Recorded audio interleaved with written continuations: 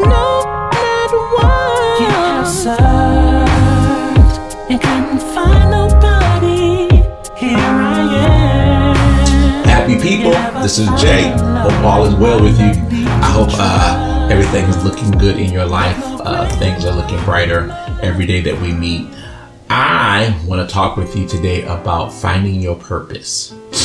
And a lot of us, we walk around daily not knowing how to find our purpose, how to fulfill our purpose, what our purpose even looks like. And so I want to invite you to consider the possibility of redreaming again. When we were little kids, you say, I want to be a fireman, or I want to be a police officer, or I want to be a doctor. Not knowing what those things even entail to get and how to get those things. But it just seemed like it was something prestige or something that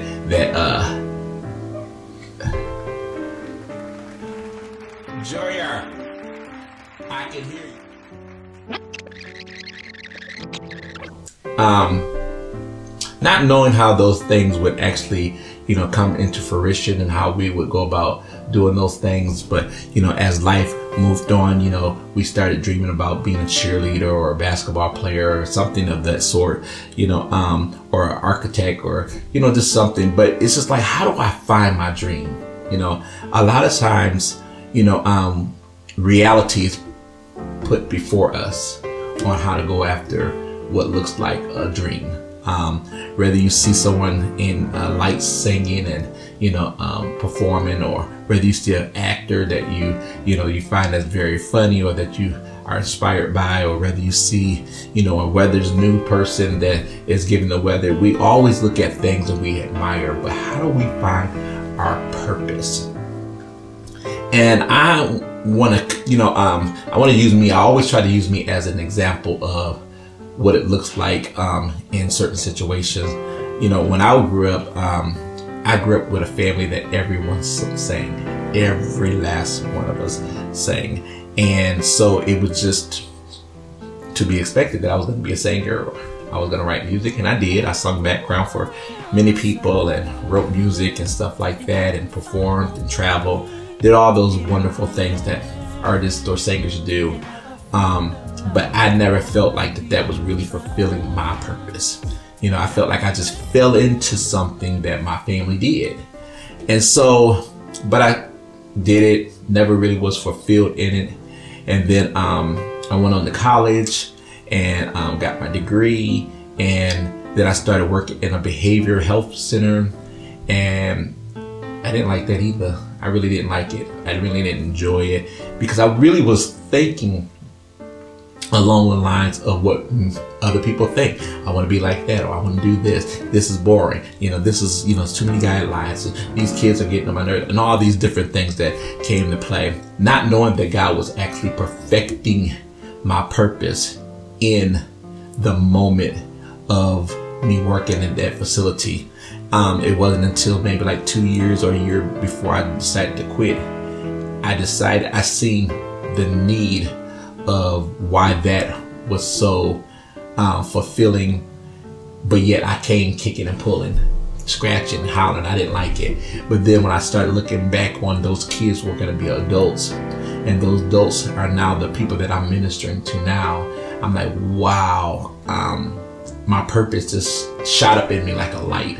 How long did that take you? Well, it took me some years. It took me some years to find it. But God was always leading and guiding me, from one extreme to another, even when I didn't even know it. The song says, even when you don't see that he's working, he never stops. He never stopped working. Well, he was working. He was working. And so I want you guys to consider the scripture. It says, don't be conformed to this world, but be transformed by the renewing of your mind, that by testing you may discern what is the will of God, and what is good and acceptable and perfect.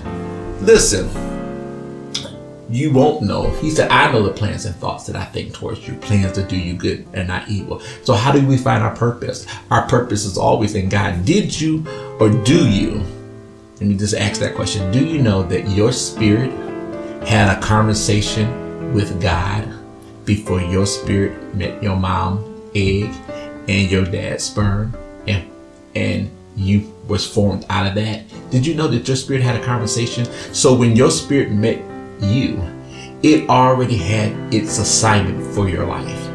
And so I know that's, how do you, nobody thinks of something like that, but it had a conversation. So it came with an assignment to fulfill in your life.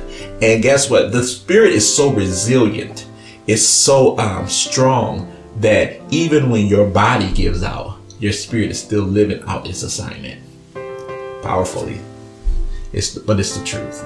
And what do I mean by that? You know, I used to tell people, you know, your flesh will send you to hell and won't show up. I can promise you that's going to happen. You die, I can promise you your spirit, your flesh won't be there. You know, but your spirit is strong and it's resilient. And so it's so strong and so resilient. It has to be, because you have a flesh and a soulish realm that's resistant to your spirit. But if you can actually tap into your spirit and actually tap into what your spirit is telling your heart and telling your mind and guiding you, you'll start to begin to see, you know, that conversation that your spirit had with, you know, God our Father, and begin to lead and guide you down to a place of what we call truth. And so I want you to stop. I want you to pause. I want you to begin to seek God first and all his righteousness, and all these things that you're desiring shall be added unto you. But purpose, let that be the center focus of God. Give me the conversation, give me the blueprint of what my spirit knows that my flesh has not lined up with, so I can line my flesh and my body up with what my spirit knows about my plans for my life. I hope it blesses you. Until we meet again, let's do it on purpose, in purpose, with all power.